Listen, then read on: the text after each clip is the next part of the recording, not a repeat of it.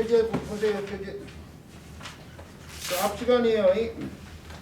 이정편의 제9장 신촌한테를 다 끝냈고요. 이제 문장이 이어서 나오는데요. 자, 문장의 내용을 한번 풀이해놓은 걸 살펴보도록 하죠. 교수님, 활 속의 김중곤은 뭡니까? 네. 활 속의 김중곤은 뭡니까? 김중군이라는 화가예요. 조선 말기에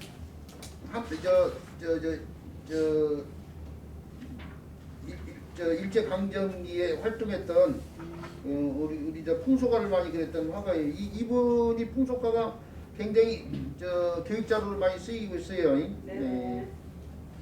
김중근이라는 분이 생소했던 모양인데 한자를 같이다 보면 이분이 그린 풍속화 그림이 많이 교육자대로 활용될 수 있다는 거 알아두시고요. 참 기억을 하셔요. 자, 32페이지 문장 풀이를 했는데요. 문장을 한번 읽어볼까요? 문장 내용을 파악하기 위해서요. 작게서 말씀하셨다. 나와 해가요. 해가 아내를 말한 거죠. 해가 다하도록 말했음에 어기지 않아 어리석은 것 같더니 물러나서 그 사산일을 살피건대 또한 좋기 이치를 밝혀서 편히 해는 어리석지 않도다라고 풀이가 되어 있네요. 자, 이 풀이로 미뤄서요 공간상을 생각해 보는데 공자하고 완전히 지금 앉아 있는 거예요 지금. 그리고 이제 서로 대화를 나누는 상황인데 뭐 대화의 구체적인 상황을 들어서 얘기까지는 없고요. 이제 안내에 배움의 자세 같은 거 뭐 이런 것을 갖다가 이제 나타내기 위한 문장인 것 같아요. 자, 구체적으로 원문을 통해서 살펴보는데요. 자활했네요. 작게서 말씀하셨다 이거죠. 여는 더블여자인데요. 뭐와 이런 식으로 풀이될 수 있어요. 나와 해가요. 안연을 말한다고 했죠. 종일을 그랬는데 이제 동사형태로 풀이해야겠네요. 종일 동안 말했다 이거예요. 말하네. 불이 여우러니 했는데 불이 어기지 않았다 이거죠. 어기지 않아가지고 같아 보이는데 어리석은 것 같아 보였다 이거죠. 뭘 어기지 않았냐면 내가 하는 말에 대해서 반문을 갖지 않았다 이거예요. 스승님 이건 이렇지 않습니까? 하고 반하는 얘기를 안 했다 그 얘기예요. 그러니까 공자가 이제 어떻게 판단을 했냐면은 그렇게 반하는 얘기를 안 하니까 이게 못 알아들어가지고 공자가 못 알아들어가지고 질문조차 못 오는 거 아닌가 이렇게 생각했던 거예요. 공자는 어기지 않은 상황을. 그런데 아내가 물러나가지고 태이성 기사한데 그랬는데 아내가 물러나가지고 그리고 나서요 마리일자 그리고 살폈다 이거예요. 그 아까도 사사사자요. 사사로 사자 사산일에 대해서 살펴간데 그 개인적으로는 일을 살폈다 이거죠. 또한 좋기 이게 필발자가 펴다 그런 뜻으로 썼는데 그 펴는 것이 뭐냐면 이제 하는 행동과 관련된 이치를 편다고 했는데 그러니까 내가 했던 얘기를 다 알아듣고 이미 알아듣고 그것에 알아듣는 내용에 따른 이치를 그대로 행동으로 옮겼다 그 얘기예요 지금. 네. 그래서 편이 아내는 그런 걸 봤을 때 어리석지 않도다 그렇게 풀이를 했는데 그래서 나온 말이 문인지십이에요. 하나를 얘기하면 네, 하나를 하면 저 공자하고 공자하고 자공끼리 이제 나눈 얘기에서 나오는데 그때 이제 아내에 대해서 공자가 문인지십이라고 인정을 해줬잖아요. 하나를 듣고 열을 아는 사람이라고. 그러니까 처음에는 반문하는 말을 안 하니까 못 알아듣는 줄 알았는데 사실은 다 알아듣고 또 행동도 실질적으로 내가 얘기했던 말의 이치를 다 깨달아가지고 그대로 펼쳤다 이거예요. 바란다고 했죠. 그러니까 아내는 어리석은 사람이 아니다 그렇게 얘기한 거죠. 자, 여기에 아내가 나와 있는데 안녕이 나오는데 안녕이 뭐 공자의 수지자인데요. 공자의 제자가 3,000명이고 그 가운데 유계능한 사람이 70위인 그 가운데 또 뛰어난 사람이 10사람을 뺐는데 그 공물 10절 가운데서도 최고의 수지자로 얘기되는 사람인데 이 안현이 앞으로도 계속 나오기 때문에 어떤 사람인지를 알고 넘어가야 돼. 공자보다 30살이 연하예요. 공자가 몇 년도에 태어났어요? 기원전 551년에 태어났다고 돼 있잖아요. 그러죠? 그러면 이 사람은 30년 뒤에 태어났으니까 30년 하니까 521년 기원 전으로 해서 이제 거꾸로 이렇게 숫자가 내려와야 되니까요. 근데 이 안현에 대해서 잘못 알려진 사실 하나가 요절했다고 사람들이 그래서도 종종 나오고 또 그렇게 설명한 사람도 있어요. 근데 그게 근거가 없는 얘기가 아니고 32살에 요절했다고 하는데 그 32살이 요절이라고 그렇게 좀 그렇지만은 사기 사마천 사기에 그렇게 기록이 돼 있어.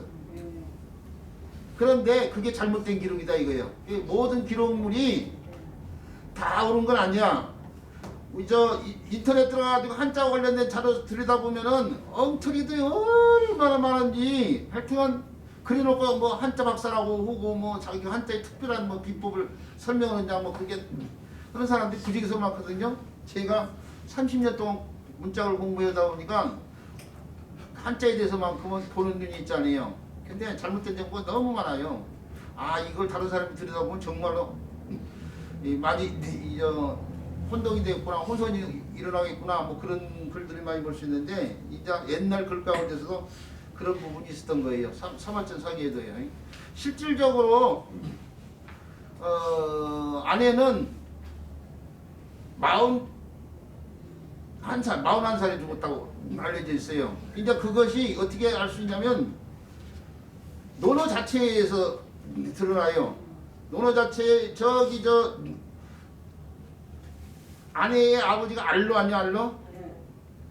알로가 공자를 찾아와가지고 아내가 죽었을 때 덧너를 원하잖아요. 그러니까 공자가 내가 대구에 뒤를 잇고 있는 사람으로서 어찌 맨몸으로 걸어다닐 수 있냐고 그렇게 얘기했잖아요.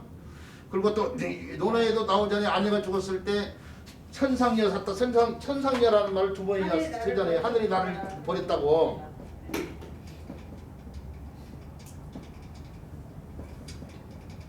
하늘이 나를 버렸다고 천상녀 샀다 천상녀 샀다 두 번을 외친다고요. 아내가 죽었다는 소리를 듣고 그럴 정도로 아내를 아꼈는데 그 아내가 그렇게 죽었을 때 알로가 찾아와가지고 자식이 죽었을 때 덧널이라고 해서 우리가 사람이 죽으면 관이 있고 곽이 있어요. 관이 있고 곽이 있는데 이건 사람의 시신을 담는 거이고 그 주변에 또 덧널이 있는데 그게 이제 덧널 법제예요. 옛날에 이제 뭐 형편이 되는 사람들이요, 뭐 지위가 높거나 경제적인 능력 있는 사람들이 이 덧널을 갖다가요, 죽으면 덧널 곽을 쓰는데 덧널 곽이에요. 이것을 공자한테 수레를 좀 팔아가지고 덧널을 좀 말해주면 어떻게 하냐 보니까 공자가 그렇게 할 수는 없다. 그러면서 한 말이 뭐냐면 내 아들 네가 50살에 죽었어요. 공자는 73살에 죽었으니까 공자가 20살에 아들을 낳았어요. 공자가 73살에 샀으니까 20살에 나가지고 50살에 죽었으니까 공자가 13년 더 산 거야. 사실은. 근데 아들 네가 죽었을 때도 덧을 쓰지 않았다. 그런 얘기를 해요. 그리고 그 아들 리가 죽은 연도가 확실히 밝은데 기원 후 483년으로 밝혀져요 이게요. 그런데 뒤에 2년 뒤에 죽었어. 2년 뒤에 481년에. 그러면 공자가 551년에 태어났는데 아까면서 30살 적은다고 했으니까 531년인데 우리가 이래서 끝나서 이러니까 이게 41살이에요. 41살. 이 차이가 41세에 죽은 거야. 이게 사마천이 사기에서 32살에 죽었다고 하면서 요절했다고 표현하니까 사람들이 사기 기록 따라서 아내가 공자가 아쉽게도 젊은 나이 죽었다라는 표현을 자꾸 쓰는데 사실은 이때 40살이 넘으면은 거의 평균 수명에 가깝게 살다가 죽은 거예요. 그 표현은 잘못됐다는 걸 알아두시고요. 네, 바로 그 아내에 대해서 좀 알아둬야 될 부분이 있다고 생각해서 이렇게 되는데 또 뒤에 가서 안에가 여러 번에 걸쳐 나오니까요. 그때마다 필요한 사항이 있으면은 또 다른 정보를 나눌 수 있도록 하고요. 이 정도로 해서 위정편 제9장의 문장은요. 계속 듣기로 오고 위정편 제10장의 신출한 자로 들어갈게요. 자, 네.